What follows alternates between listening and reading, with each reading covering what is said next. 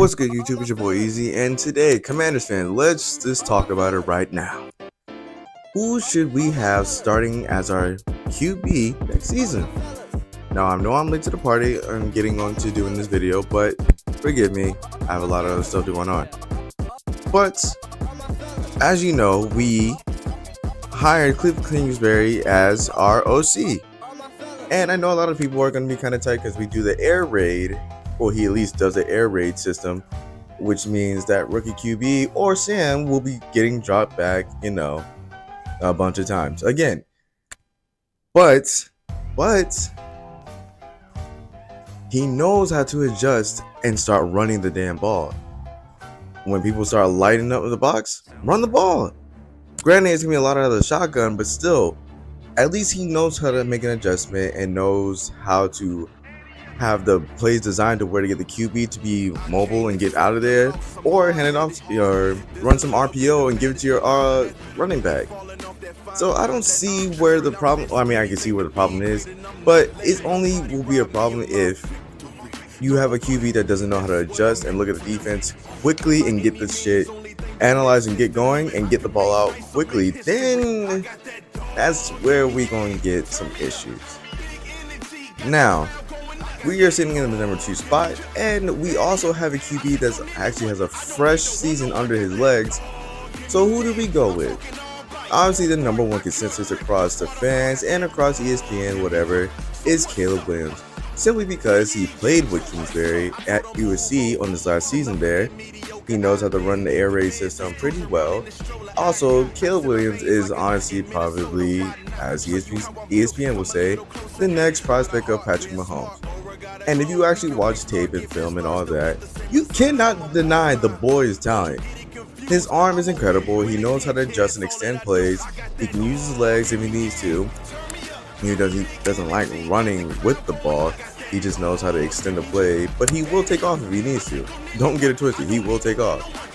But due to the fact that there are some cons with it, at USC, he does lean on a good O-line. So coming here, he's going to have probably a disaster moment if they don't address the O-line. On top of that, he does play a lot of hero ball due to the fact that USC has an ass defense. And he does look for the big plays. But again, the air raid system is designed for you to just go for the big plays a lot of the time.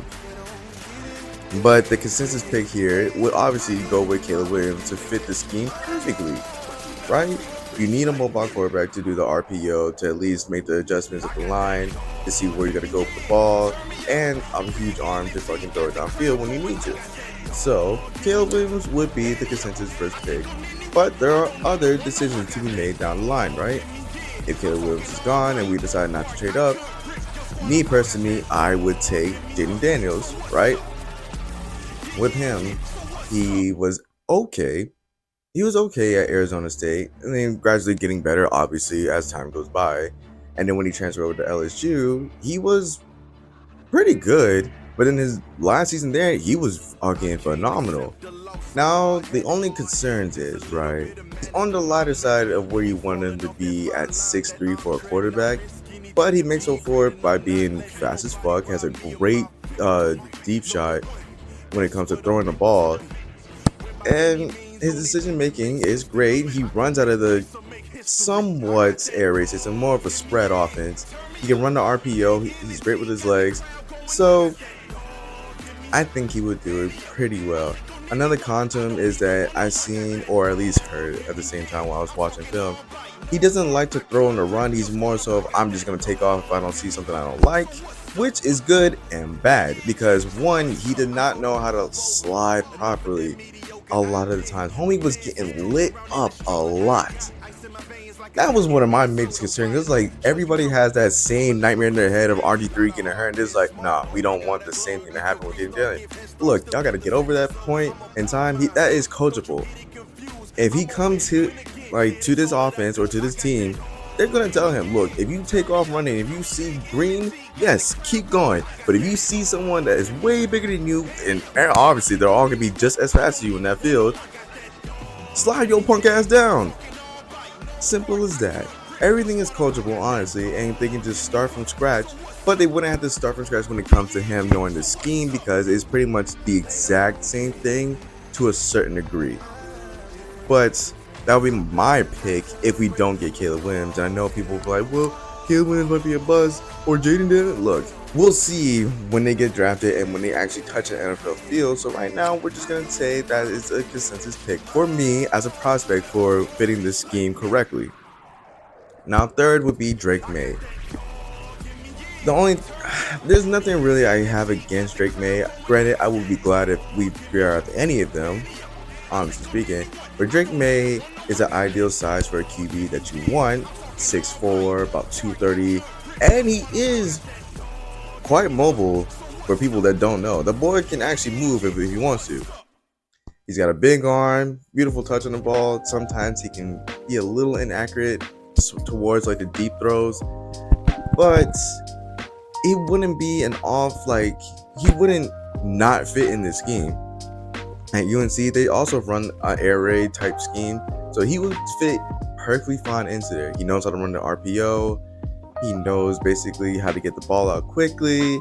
Decision making is great. He has 2 years under his 2-year starter out at UNC. So, but his footwork needs a little bit of work, and the deep throws can, be worked on as well, because sometimes his touch is not there. The accuracy cannot be there sometimes, but throwing great with inside the numbers, 100%. He's a great quarterback. And again, I'm not knocking on him just because his footwork and whatever, then he's not as mobile as the other two. But he will be my third choice. And some people say, well, what about Sam? You're going to draft the guy that was under Sam Howell? First of all, they are friends.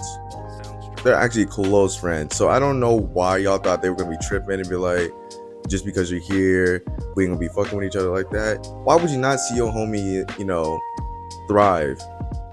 You watch him take the front seat when he was at UNC clearly, and people were like, well, he was also 2 grades ahead of him. You act like freshmen can't start above upperclassmen. That literally happens in the NFL all the time. So even if we get Drake May and Sam's still there, ain't shit gonna be awkward. They're gonna be there helping each other. If anything, they're gonna push each other to be a lot better. So that part, I don't know why people will be bitching about that, but Drake May is also a great consensus pick. To some people, he is the number 1 pick overall. Not me. I think he's 3rd overall in my eyes. Now at 4, we have Sam Howell. Now, at some point in time, Sam was the guy in everybody's eyes. So I don't want everybody to start capping and all that shit. Talking about Sam is a buzz, Sam is ass and all that. At one point in time, y'all all wanted him to be the guy. And to some degree, some people still want him to be the guy. Just get the boy an O-line and he can actually thrive. And to me, I somewhat agree with that. The O-line was a shitty, and I mean the biggest eyesore on the offense. And Sam got the brutal punishment of it. And to some, that made him look like he's just a good cheap backup. Sam can be a starter. Y'all giving him the Baker Mayfield experience right now, basically saying he had only one chance to prove himself, and when that chance, comes along and he doesn't take it, he's done. And look what happened, right? Baker had that chance with the Browns. He did well. He got him there to the playoffs, and then right when they wanted Deshaun Watson, they got rid of him, and he did a bad season in Carolina, and now he's with Tampa Bay, snapping and going to the playoffs. This is what y'all are doing to Sam. I'm not saying this is going to be the exact same thing that we're doing, but y'all also got to stop looking at the horrendous mistakes that he made and just look at the positive of what Sam Howell can do. He had one true full season under his belt, and he didn't do as bad as I thought he was going to be, right? I had faith in the boy. He had a shitty online. He had to deal with what he had to deal with. He had a terrible OC calling horrendous plays in the worst time. A head coach that just mismanaged time, personnel, didn't know how to do, challenge flags, always has his arms crossed. So you had him in a bad situation, never give him a fair shake. So why are y'all bitching and moaning and complaining about Sam could be the possible starter? I know Dan Quinn also doesn't like, starting with a rookie QB. He wants someone with some experience. And guess what? Sam is the only guy on the roster with experience. Not Brissett, because now he's a free agent. Sam has good qualities to be a starting QB. Yes, that is a fact. Y'all gonna have to put y'all feelings aside. Will it happen due to we have a new regime? Probably not. But anything is possible. We could start Sam again and let the rookie, sit a year so that you can get a feel for it, watch the game being played at full speed and whatnot. And again, I wouldn't be mad at that.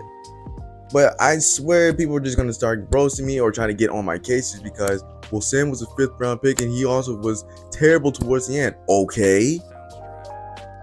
What greats started off just so on fire and stayed on fire?